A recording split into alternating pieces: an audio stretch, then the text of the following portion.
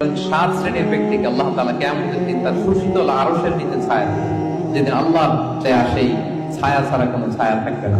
এর মধ্যে এক শ্রেণীর ব্যক্তি হচ্ছে রাজুলুন যাকারাল্লাহা খালিয়ান ফাফাদাত আইনা, এমন ব্যক্তি যে গোপনে আল্লাহকে ডাকে। যাকারাল্লাহা খালিয়ান, বিষ্ণুকে আরেকটা জুড়ে দিয়েছে খালিয়ান, গোপনে। গোপনে জিকির, এটা আল্লাহ তাআলার কাছে বেশি পছন্দ। এরপর তিনি আবার বললেন ফাফাদাত আইনা, অশ্রুসিক্ত নয়নে, চোখের পানি ছেড়ে অশ্রুসিক্ত নয়নে যদি আমরা জিকির করি, ওই জিকিরটা, ওই দোয়াটা আল্লাহ তাআলার কাছে খুব দ্রুত কবুল হয়ে যায়। দুই ফোঁটা আল্লাহর কাছে সবচাইতে প্রিয়। আওয়াজ করে বলুন তো, কয় ফোঁটা? দুই ফোঁটা। এক হচ্ছে জিহাদের ময়দানে মুজাহিদের গা বেয়ে রক্তের ফোঁটা,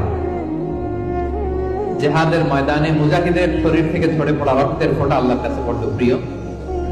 দুই নাম্বার হচ্ছে অনুতপ্ত বান্দার চোখের পানির ফোঁটা।